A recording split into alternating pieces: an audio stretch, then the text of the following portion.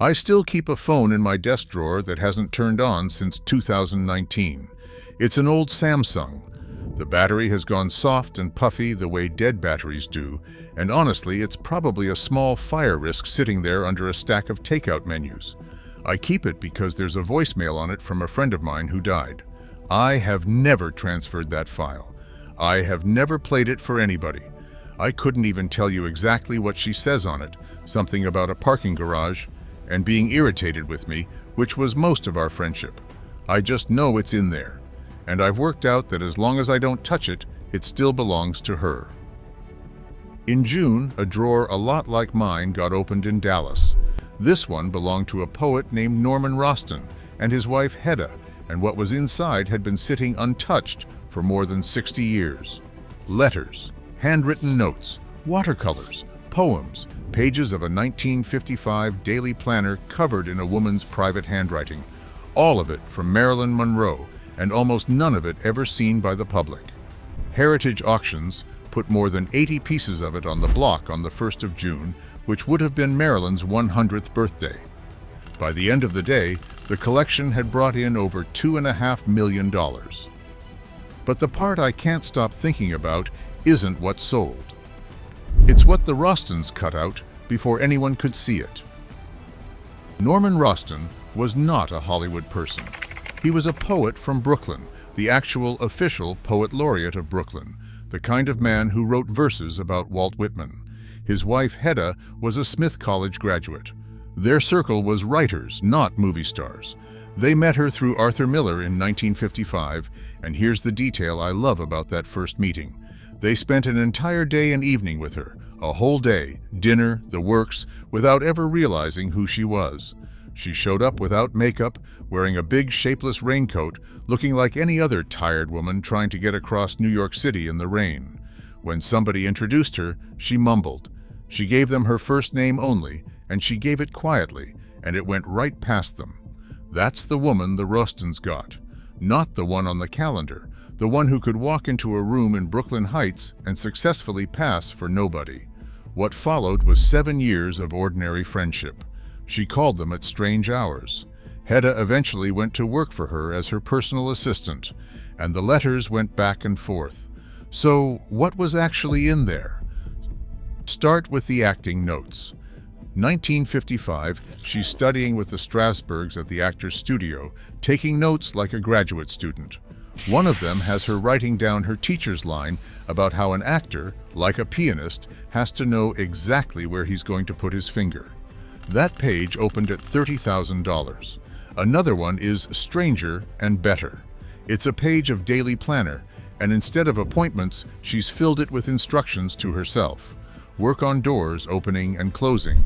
There's a note about playing a scene like opening a bottle, and if the bottle won't open, try another bottle, and maybe after that try many other bottles.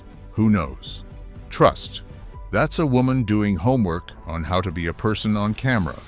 Nobody was supposed to see that. 80-some pieces of a life sitting in a Brooklyn house. The most expensive document in the sale wasn't hers. It was written to her. 8 pages, from Arthur Miller, opening at $50,000. He's writing about their marriage, and he is not being kind to himself. He tells her he wanted her to open up and be happy, and that instead he can see her being, in his words, ground to bits, and that he's the one doing it. Further down, he tells her that some part of her has always understood he was working against her. Not a bad husband. An opponent. Possibly worse than that. This is a man putting in writing that he is the thing hurting his wife.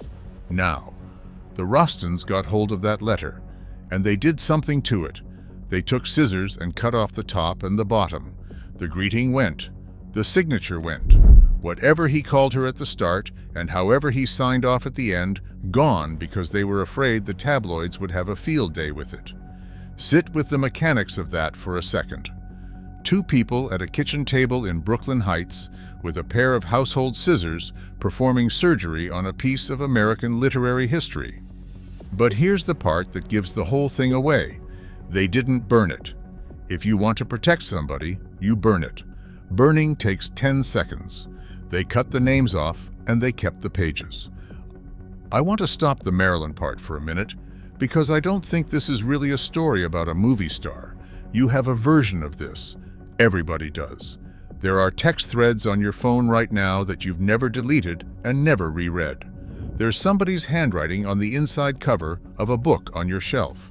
Maybe there's a shoebox at your parents' house, and you know roughly what's in it, and you've made a quiet decision not to go through it, and that decision is the whole reason it's still intact. You are holding somebody's private self right now. You didn't apply for the job, and you've already made edits. You've told a story about a person you loved and left out the part that made them look bad.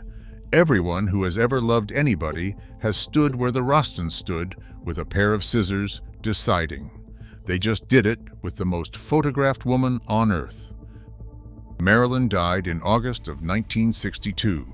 11 years later, Norman Rosten published a book about her. It's called Marilyn, An Untold Story, and it came out in 1973, and it is, by most accounts, including from people protective of her memory, one of the good ones. It's short, it's affectionate, and it's careful with her. He deliberately declines to get into her private life with the Kennedys or anybody else. Compared to what other people were publishing about her by then, it's practically a hand held over her face. It also prints her poems, her actual poems, the private ones, and it draws on the correspondence. At the time, some readers noticed that and said so. So let's line it up. 1960-something. He takes scissors to a letter so the tabloids can't identify it. 1973, he publishes her poetry and her private self under his own name for money. I don't think that makes him a hypocrite. I think it makes him the only kind of custodian that has ever actually existed. He wasn't protecting her privacy. Nobody protects privacy. He was protecting a particular Marilyn, thoughtful, funny, a little fragile, a serious person, and publishing that one while cutting the other one out with scissors. He wasn't keeping her secrets. He was editing her, and for 50 years, his edit was the one we got. Norman Rosten died in March of 1995. Hedda was gone before him. And that's the thing about being somebody's custodian. It's not a job you can hand off. The judgment dies with you. What's left behind is just objects, paper, fabric, watercolor, and objects don't come with instructions about which parts a person would have wanted cut. So the material sat, estate to estate, decade to decade, until it landed at Heritage Auctions in Dallas. An auction house has a different job than a friend. It has to describe things accurately. Everything the Rostens spent 30 years deciding how to frame got a catalog entry and an estimate. The Miller letter opened at $50,000, the acting notes at $30,000, the mumbled first name in the raincoat, the woman doing bottle-opening exercises in a planner, the shame in her husband's handwriting, all of it, itemized, with reserve prices. $2.5 million and multiple world records on the 1st of June. There's no villain in that sentence. There's just what happens to anybody's private papers once the last person who loved them stops being able to say no. I looked up what it costs to get data pulled off a dead phone. There are shops that do it. It's about $150, and they can almost certainly recover a voicemail from 2019. I found this out on a Tuesday night, at which point I closed the laptop and did not do it, and I have not done it since. Because right now that message is a thing between her and me, and the second I move it somewhere it can be played, it becomes a file. Files get inherited. Files get uploaded. Somebody who never met her ends up deciding what it means. The Rostens kept theirs for 60 years. They were careful with it. They cut the parts they thought would hurt her, and they published the parts they thought were beautiful, and they got it about as right as anybody gets it. Then they died, and it went to Dallas anyway. The phone stays in the drawer.